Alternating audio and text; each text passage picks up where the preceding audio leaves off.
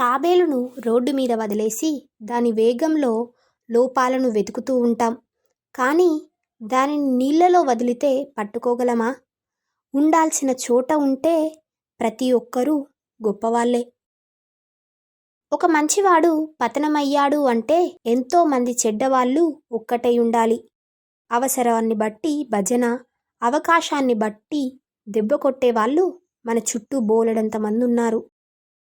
విమర్శించి విలువ తగ్గించుకోవటం కన్నా విశ్లేషించి సరిచేయటం ఉత్తమం. సరైందైతే ప్రశంసించి ప్రోత్సహించటం ఉత్తముని లక్షణం. విజయం ఎప్పుడూ మనం తీసుకునే ముందస్తు ప్రణాళికపై ఆధారపడి ఉంటుంది. ముందస్తు ప్రణాళిక లేని పని అపజయానికి దారితీస్తుంది.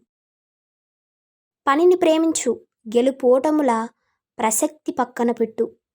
చేసే పనిలో ప్రశాంతత వెతుకు. మనసు నిర్మలమవుతుంది, జీవితం సంపూర్ణమవుతుంది. గాయం ప్రతి ఒక్కరి గుండెల్లో మంటని రేపుతుంది. కొందరు దాన్ని కన్నీళ్ల రూపంలో చూయిస్తే మరికొందరు చిరునవ్వు రూపంలో దాచుతారు. చదువు ద్వారా సంస్కారం నేర్చుకున్నవాడు, అనుభవం ద్వారా గుణపాఠం నేర్చుకున్నవాడు జీవితంలో ఎప్పటికీ ఓడిపోడు. తూటా కంటే శక్తివంతమైనది మాట. ఒక్క మాటతో సంబంధం తెంచుకోవచ్చు. అదే ఒక్క మాటతో లేని బంధాన్ని నిలుపుకోవచ్చు. మనిషి మరణిస్తే ఆ మనిషికి తప్ప అందరికీ తెలుస్తుంది. మనసు మరణిస్తే ఆ మనిషికి తప్ప మరెవ్వరికీ తెలీదు. ఆడవారి అందం వారి ముఖంలో ఉండదు, వారి నిజమైన ప్రేమలో ఉంటుంది.